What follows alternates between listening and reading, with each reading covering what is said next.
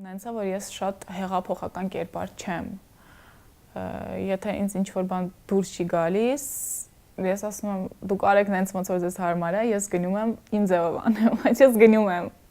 Արհեստականություն կար, որ պիտի դու ինչ-որ նորմաներին գոնե մի քիչ համապատասխանեիր։ Գոնե մի քիչ պիտի պետք անենց անեիր, որպեսզի հասարակությունը քո մասին սենց չմտածի, քո ընտանիքը չամաչի, ամաչի, ինչ-որ սենց բաներ կային, որ պիտի դու ամեն ձև մտնեիր այդ նորմայի սահմանների մեջ։ Մարդիկ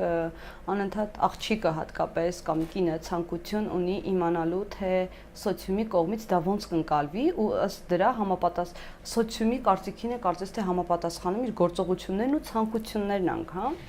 Հայկական ինձ թվում է հայկական հասարակությունը շատ քննադատող հասարակություն է։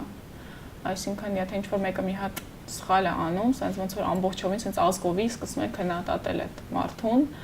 որը շատ ճնշող է։ Օրինակ ես ճանաչում եմ մի հոգու, ով որ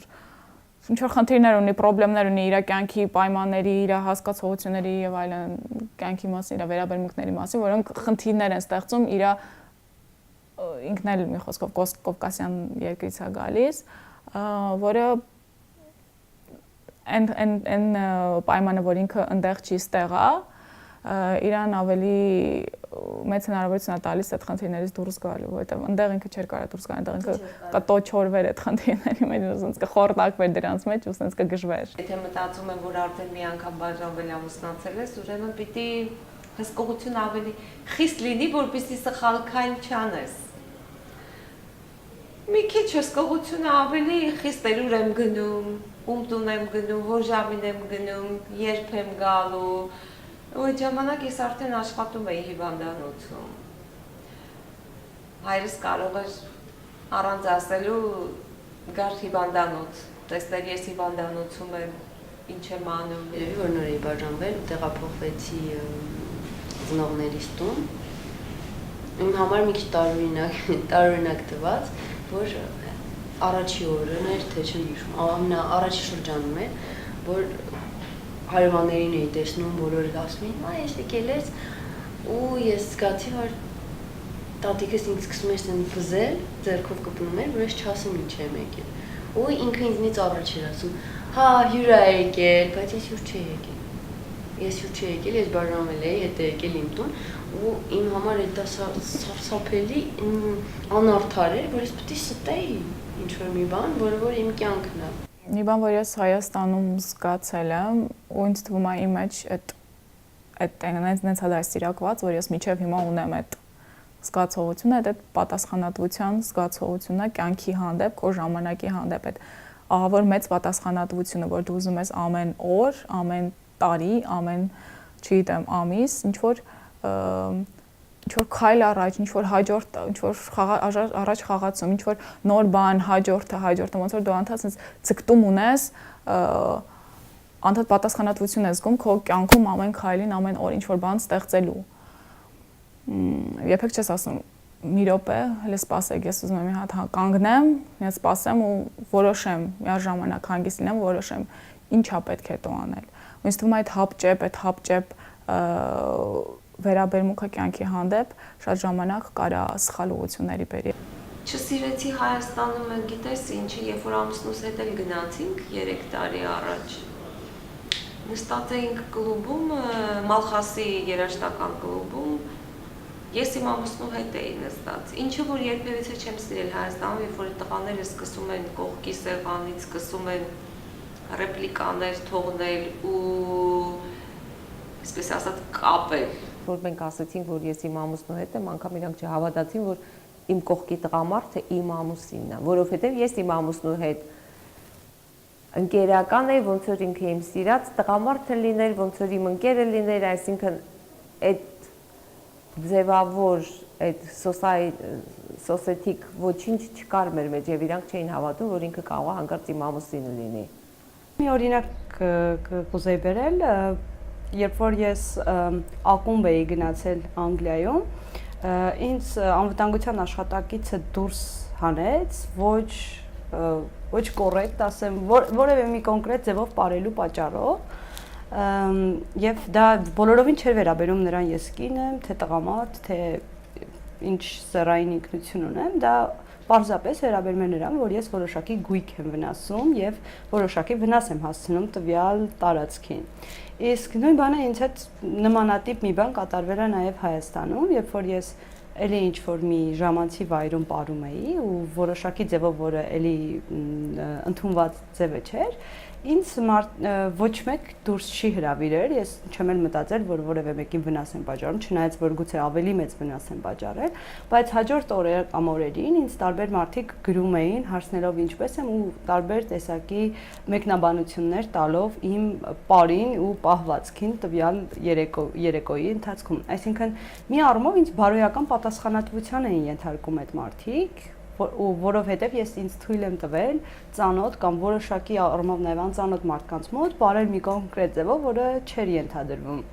Այսինքն բարոյական է Հայաստանում, կարծում եմ շատ է բարոյականացումը, ազատության ճնշումները ավելի բարոյական են, քան ինստիտուցիոնալ։ Չէ, հայ աղջիկը ոչ թե պրինցեսա է, այլ ապագա ծնող է։ Դաստիարակվում սկսած 1 տարեկանից։ Ապագա ծնող պիտի ինքը լինի, всё ինքը ծննդաբեր է։ Մնացած ոչ մի ուրիշ բան։ Իսկ տղամարդը այդ ընտանիքի շարունակություն, գերդաստանի շարունակություն, որին պետք է լավ նայել, լավ պահել, որովհետև ինքն է մեր գերդաստանի շարունակողը եւ ինչ որ sense մի հատ sense շատ տարօրինակ ու արտառոտ մոտեցում կա։ Հավանաբար հաճույքի վերաբերմունքը Հայաստանում մի քիչ ուրիշ է դրված։ Այսինքն, դա ամենապարտադիր բանը չի, որ դու պետքա քո կյանքում անես, որովհետև կան ուրիշ խնդիրներ, որոնց մասին դու պետքա մտածես։ Այսինքն դու զգում ես, լավ, ես գնացի, ես բանը արեցի, բայց հիմա որ սենց գնամ տուն կամ բայց բա որ հանկարծ ես դրա փոխարեն կարայի էս անեի ու ավելի պրոդուկտիվ կլիներ կամ վաղ ավելի լավ կլիներ այս մարդու համար կամ ինչ որ եւ այլն։ Հա ինչ որ այդ բանը որ էլի այնքան բաներ կա, որ դու պետքա դրանցից փորձես ազատվել կամ արհամարել, որ կարողանաս քո համար ինչ որ մի ճեղքվածք ստեղծես այդ ընթացքում ինչ որ բանով զբաղվելու, բայց իմ կարծիքով այդ է որ քեզ ստիպում է հետո դու քեզ ված զգա։ Մարդու կոմֆորտը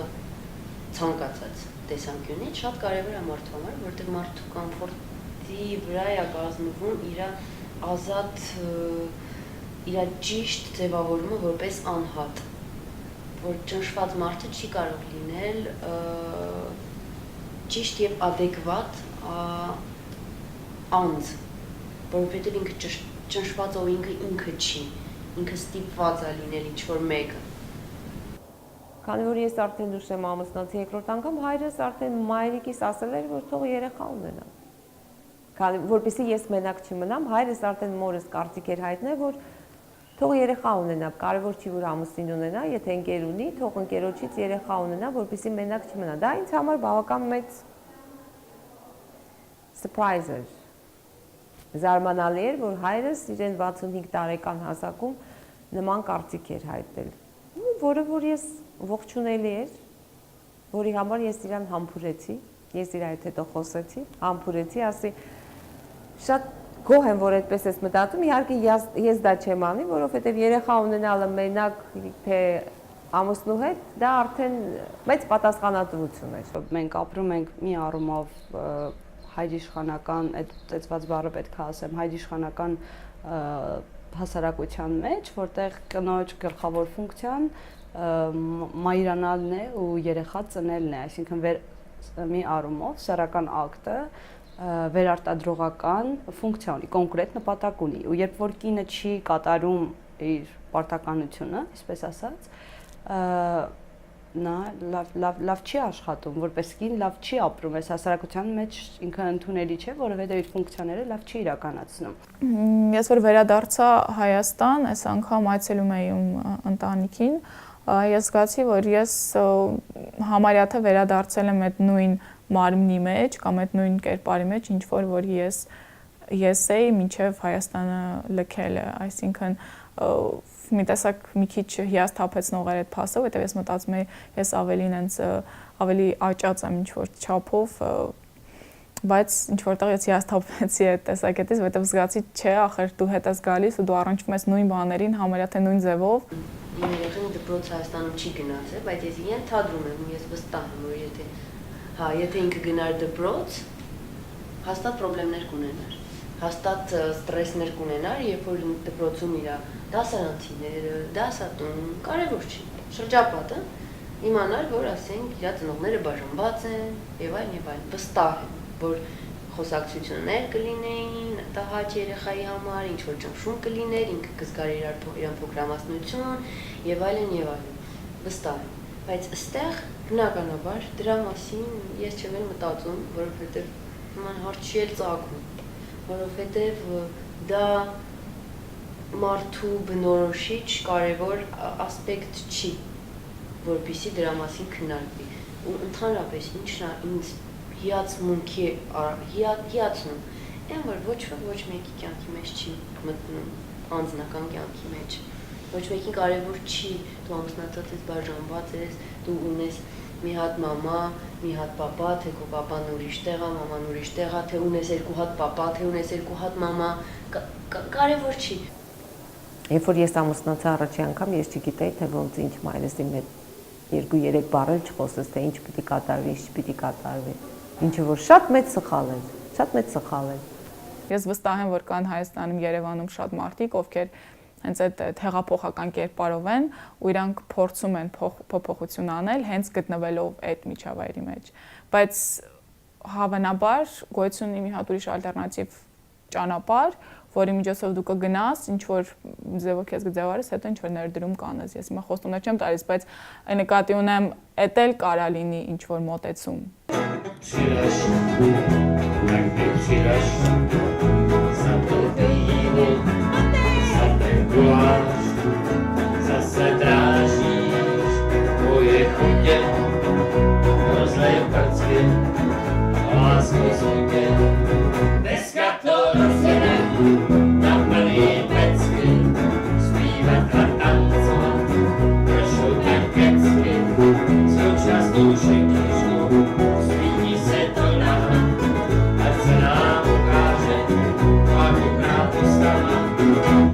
Wow.